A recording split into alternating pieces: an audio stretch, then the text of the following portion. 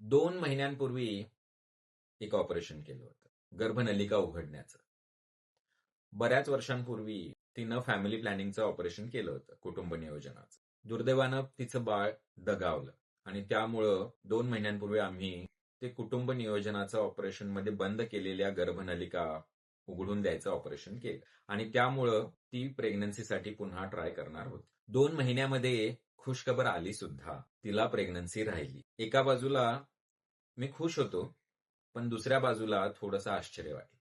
कारण आम्ही सगळ्यांना सांगतो, की एक साधारण 2 ते 3 महिने प्रेग्नन्सी राहू देऊ नये. कारण ट्युबोप्लास्टीचं म्हणजे गर्भनलिका उघडण्याचं ऑपरेशन केल्यानंतर गर्भनलिकेमध्येच अडकण्याचा प्रमाण वाढलेलं असतं आणि हे धोक्याचं असतं. आणि म्हणून मंडळी, जेव्हा असं ऑपरेशन होतं, तेव्हा 2 महत्त्वाची काळजी घ्या.